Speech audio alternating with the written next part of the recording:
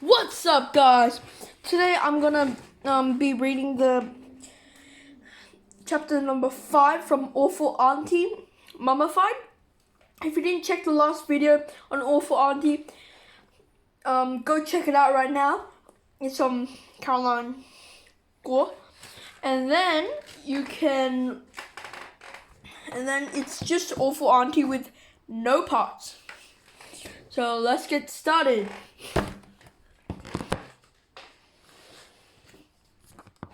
So guys, welcome back.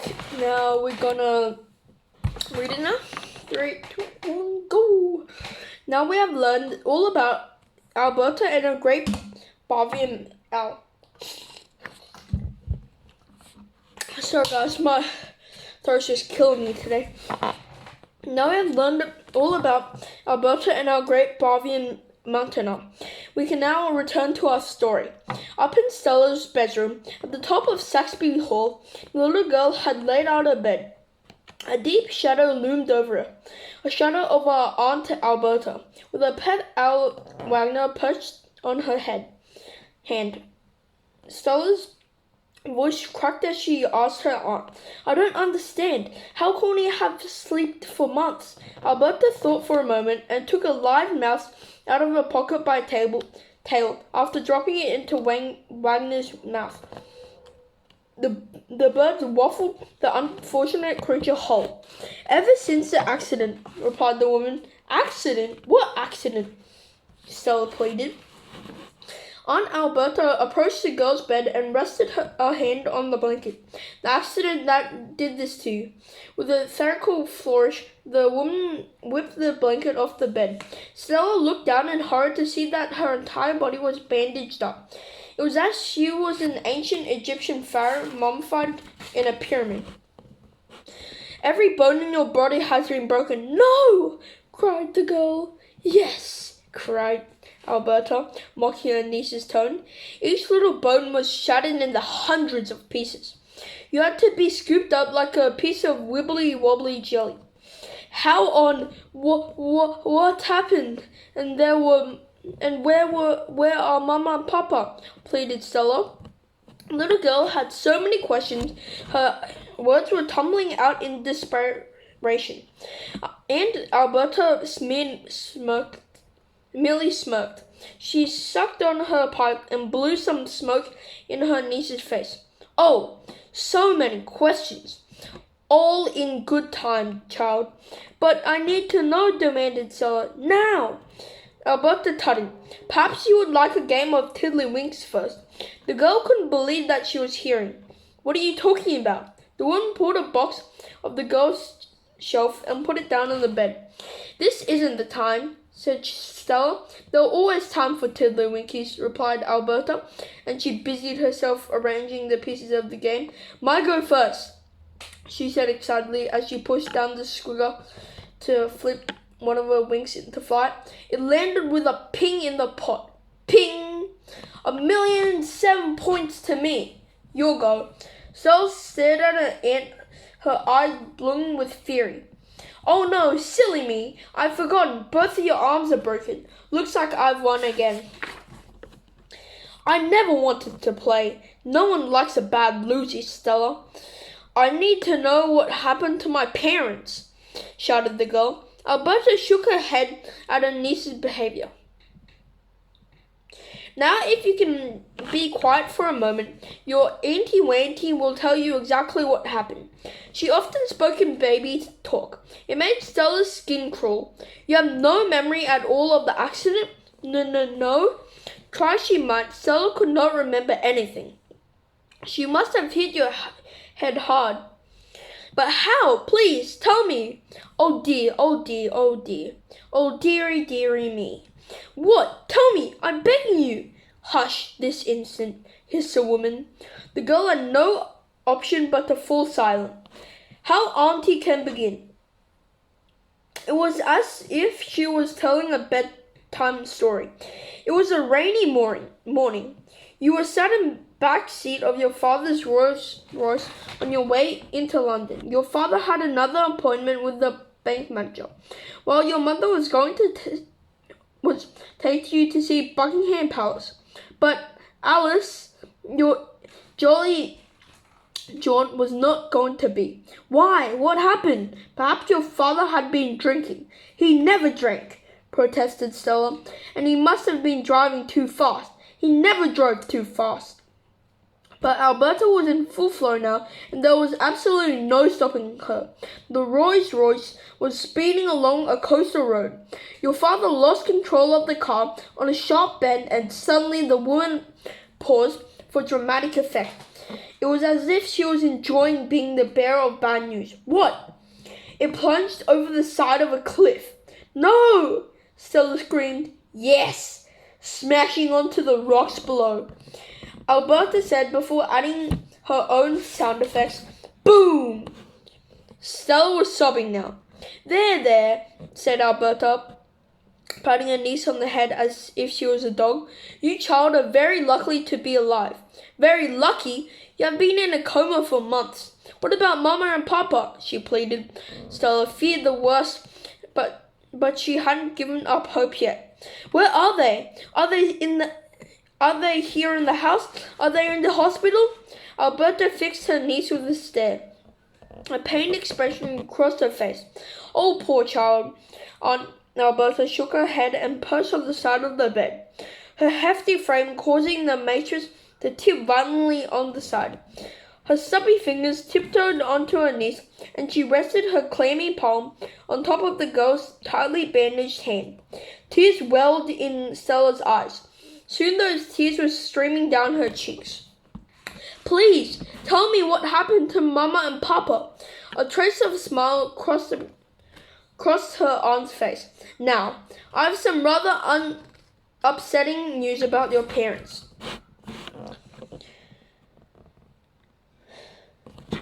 Chapter number 6, Some Terrible Nightmares.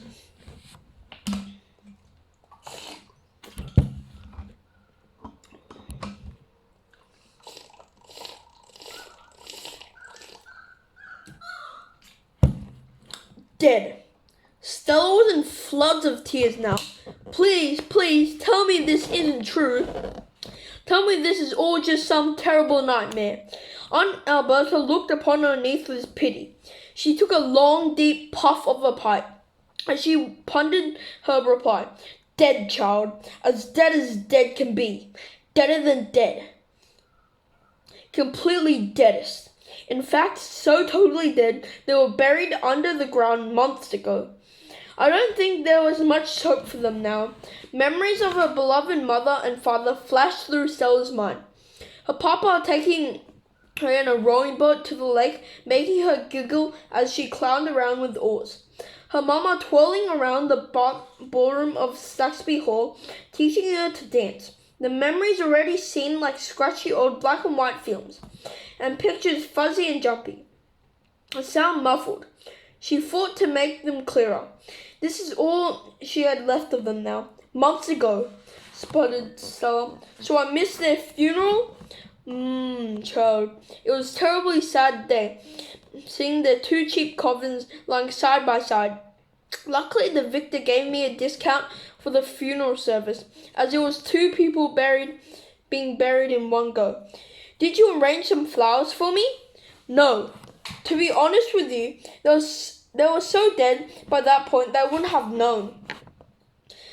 The little girl couldn't believe what she was hearing. How could her aunt be so uncaring about her brother and his wife, Stella's dear mother and father? It was no secret she deeply resented Lord and Lady Saxby, even though they had treated her with nothing but kindness. Alberta even had a wing of Saxby Hall all to herself. Without Chester, they wouldn't have been homeless, having squandered all her money and plenty of her brothers. However, she never once said thank you or did anything kind in return. Even when she was very little, Stella had noticed the cruel way her aunt behaved around Chester. Alberta would roll her eyes whenever he spoke and sneer whenever he offered a smile. If he was someone in the family's birthday, Alberta would slink off to her very own greenhouse at the bottom of the own sloping lawn. Unusually, the woman had blacked out his windows with paint. Stella was sure he's rather defeated the idea of being a greenhouse with no sunlight could shine in. Who have ever heard of plants that could grow in the dark? Still, whatever it was that Alberta had hidden inside, it was free from everyone else's prying eyes. So I've been in a coma all this time? Asked Stella, her sobs slowing down a little now. Yes, months ago. You hit your head on a car, crashy-washy, and you were rushed to hospital in an ambulance. The doctors and nurses did their best for you. Of course, I was on the phone to them every hour, asking for any news of my only niece. I was also worried your condition might worsen. But if all my bones are broken, why aren't I still there? Demanded the girl. The woman took another puff of her pipe, giving her time to think. Because my little niecey-weecey, who is better to look after you than me. Hospitals are full of ghastly people who are all illy-willy. How much better to be home in your own bed under the watchful eyes of Wagner and I. Isn't that right, Wagner? The woman kissed her owl's bill, and as she often did. Stella always found this distinctly uncomfortable to watch, and shuddered. As much as someone with bound neck to toe in bandages could shudder. Wagner was looking after you so well these past few months. It was like you were his little owlet. Ha ha. What do you mean? Asked Stella. Well, being in a coma, it was hard to feed you. And I wanted to keep you alive. So I would pop a nice juicy slug or beetle into Wagner's mouth. He would give it a good munch and then spit it into your mouth as you slept. The girl's face went green. That's disgusting. See the thanks we get, Wagner, said Aunt Alberta. Spoiled little brat. We just leave you for now. With that, Aunt Alberta stood up, and the bed widened itself. Where are you going? Demanded Stella. Oh, I've been rushed off my feet since your mother and father's tragic passing. It's been going. So much to do. Selling your mother's clothes, burning your father's letters and diaries, but I wanted to keep them. You should have said. I was in a coma, protested Stella. That's no excuse. Oh, there's something I need to ask you. What? Suddenly, Aunt Alberta seemed a little coy. She spoke as if choosing her words very carefully. Well, child, I've been searching for the deeds to Saxby Hall. Why? Because this old wreck would be far too much for a young girl like you to look after. How old are you? Nearly 13, replied Stella. So you have 12. Yes, the girl conceded. Well, say 12 then. A mere child. Wouldn't it be best for your favorite Auntie to look after Saxby Hall for you? Little girl felt silent. Her father had always told her that she would one day inherit Saxby Hall, and Stella had promised to look after it for the next generation of Saxbys. Of course she couldn't look after the house on her own, but she didn't want Alberta to do it for her. Stella didn't trust the woman one bit, but she protested, no buts. Please don't worry your pretty little head with all of this. It's boring grown-up stuff business. Just as soon as I turned this whole house upside down and found the deeds of Saxby Hall, all you have to do is sign them over to me, and this place is mine. Mine to look after you for you. My little question is, go on. The woman fixed a grin on her face and looked like she was wearing a mask. Well, I was wondering if you knew where those little deedy-weedy might be. Stella hesitated for a moment. Her mother and father always taught her never to tell lies. However, something deep inside told her that right now she had to. No. The little girl's voice went up a notch. Aunt Alberta's was not convinced. Are you sure? The woman brought her face right up close to her niece's, so close that Stella had to try not to breathe. Such were the fumes of cherry and pipe tobacco on her aunt's breath. Yes, replied the girl. Stella tried her best not to blink in case that gave it away. However, she was so unused to lying that her mouth went dry as hot sand, and she just had to swallow. Gulp. If I found out that you're lying, young lady, there will be trouble. Marking my words, there will be trouble. Trouble. Trouble. Yes, spelling certainly not Aunt Alberta's strong point. Now, if you need anything, my dear, anything at all, just ring this bell. Out of the patch pocket were tweed jackets. Alberta produced a tiny gold bell. It was the shape of a miniature statue of an owl. The woman teased top, and the quietest ding-a-ling sound.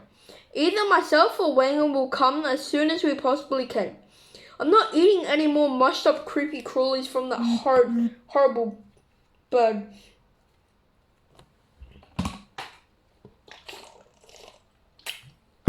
Shouted Stella. The noises startled Wanger, who flapped his wings as he jumped up and down on the mistress' hand, squawking. The huge creature's wings were so long that as he flapped and squawked, the picture hanging on the wall was sent flying. It fell to the floor, the glass smashing. It was a wedding photograph of Stella's mother and father. It was her absolute favorite photograph of them. They were stood outside the local church, the same one they were now buried at. In the picture, they looked so young and in love. Her mother achingly beautiful in her flowing white wedding dress. Her father's boyish handsome in his shiny black silk hat and morning suit. Aunt Alberta leaned down to pick the photograph. Tut, tut, tut, she said in a pantomimic of caring. Look what you've done now, you selfish child, startling poor little Wanger like that. The woman pulled the photograph of the frame and one hand screwed it up into a ball. I'll put this in the bonfire for you. No! Screamed Stella. Please don't. It's no trouble, replied Aunt. Now, if I said before your outburst, if there's anything you need, anything at all, just ring the belly welly. But how can I ring it? I can't move either of my arms, Stella protested. The woman leaned over the girl's bed. Open wide, she ordered as she was a dentist. Unthinking, the girl did as she was told, and Aunt Alberta placed the bell into the niece's mouth. The woman chuckled as a strange sight, and her owl squawked brightly as if he was laughing too. The gruesome twosome giggled their way over to Stella's bedroom door and slammed it behind them. Bang! Stella heard the key in the lock turn. Click. There was no escape. Chapter number 7. The Human Caterpillar. But Stella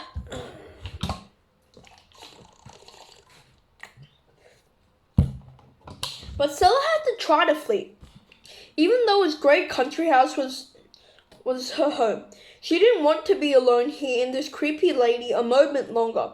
The girl had always found Aunt Alberta spooky when growing up. The woman would sometimes tell her niece traditional bedtime stories, but with a twist.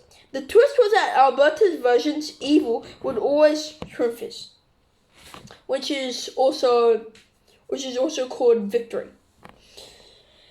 Hansel and Gretel. It's not the witch that is showed in the oven at the end, but the two children. The witch lives happily ever after in the house made of sweets. 3 little piggies. The big bad wolf huffs and puffs and blows all 3 little piggies' houses down. Then the roast pork for breakfast, lunch, and dinner every day for a week. Goldilocks and the 3 bears. When Goldilocks gobbles up their porridge, the bears got their revenge by gobbling up her. Snow White. When Snow White finds a 7 dwarfs' cottage, they lock her up and make her do all the cooking and cleaning.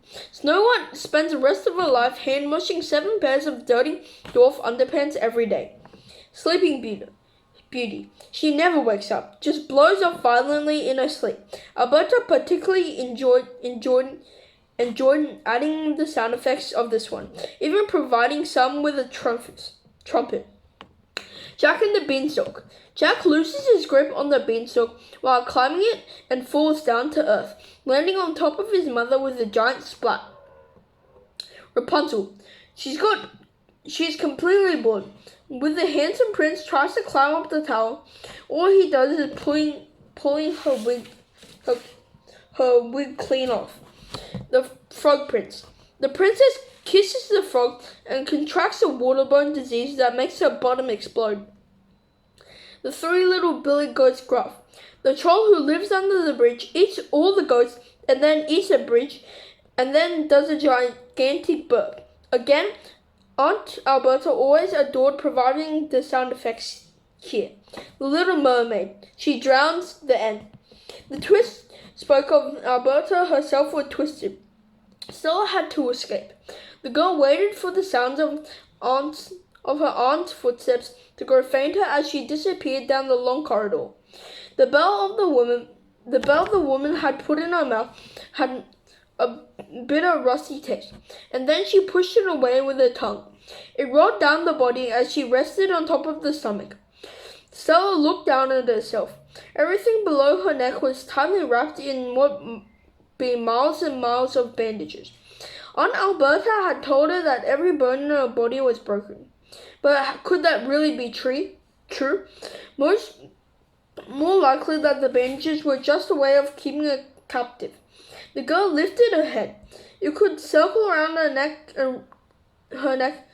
It could circle her neck around perfectly. Something told her that if she could only wrestle her way out of these bandages, she could make a run for it. Saxby Hall was a few miles from the nearest village, situated beyond a huge expanse of moorland. It was too treacherous to cross at night, but during the day she might make it to the nearest farmhouse in a couple of hours if she ran as fast as she could. Stella could knock on the first door and beg for help. The girl had desperately needed to discover for herself the truth about her parents had died. But before she could escape from the house, Stella had to escape from the bandages. The girl began trying to rock her body from side to side. A flicker of smile crossed her face as she realized she could move a tiny bit. To the left, to the right, to the left, to the right. Like a swing, she went a little bit further each time. To the left, to the right. The bell rolled over her stomach as she dropped on the wooden floorboards below. Thud. Ding! It was a long way down to her fall. Still the girls kept rolling side to side. To the left, to the right. Momentum was building now. To the left, to the right. To the left. For a moment she balanced on her side. Suddenly she fell weightless. Then even more suddenly she was lying face down on the floor. Thud. Ow! She cried before cursing herself for making a sound. The bandages had loosened a little now, and Stella found that she could move her legs and arms a tiny bit. That means they can't be broken, she realized. She shoved along the floor with all the speed and grace of a caterpillar. However, after a minute, the girl realized she had only moved a few inches. It was pitiful. She lay on the floor utterly exhausted and dejected. At this rate, it would take a month to make it to her bedroom door and a year to drag herself all the way downstairs. Stella knew she wasn't going anywhere until she had wriggled out these bandages. But how? She couldn't move her hands or feet. Then she had an idea. She was going to have to bite her way out. Stella tucked her chin down as far as it could possibly go. Now she tucked her tongue up and tried to hook a piece of bandage with her tip. Like trying to hook a rubber duck with a rod at the fair, it was much more difficult than it looked. After trying and trying and trying, finally she managed to catch the end of the bandage between her teeth, yanking her neck back when she tugged at it. Shaking her head from side to side, she loosened it. When she had pulled a long enough strip of bandage loose, she held it tight in her mouth. It was like she was a dog who had found a very special stick and was never letting it go. But determined, she hooked the loose piece of bandage, one of the sharp metal springs, under the mattress. Next, she rolled herself over and over. The more she rolled, the bandage unraveled. It was working.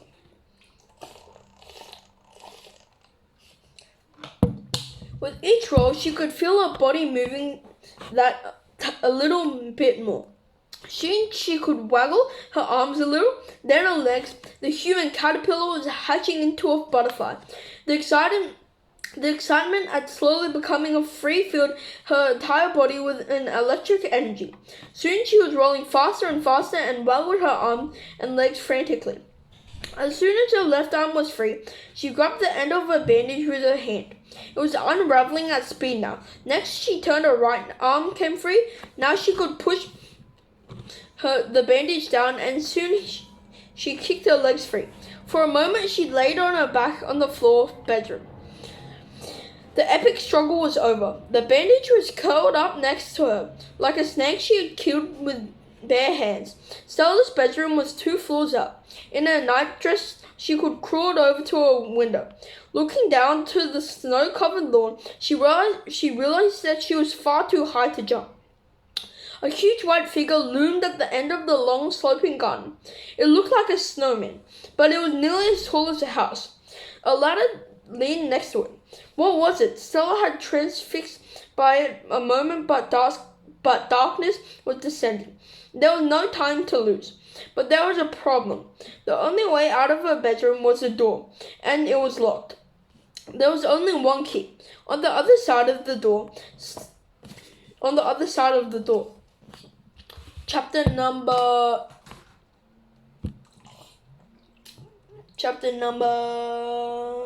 8. The Great Escape.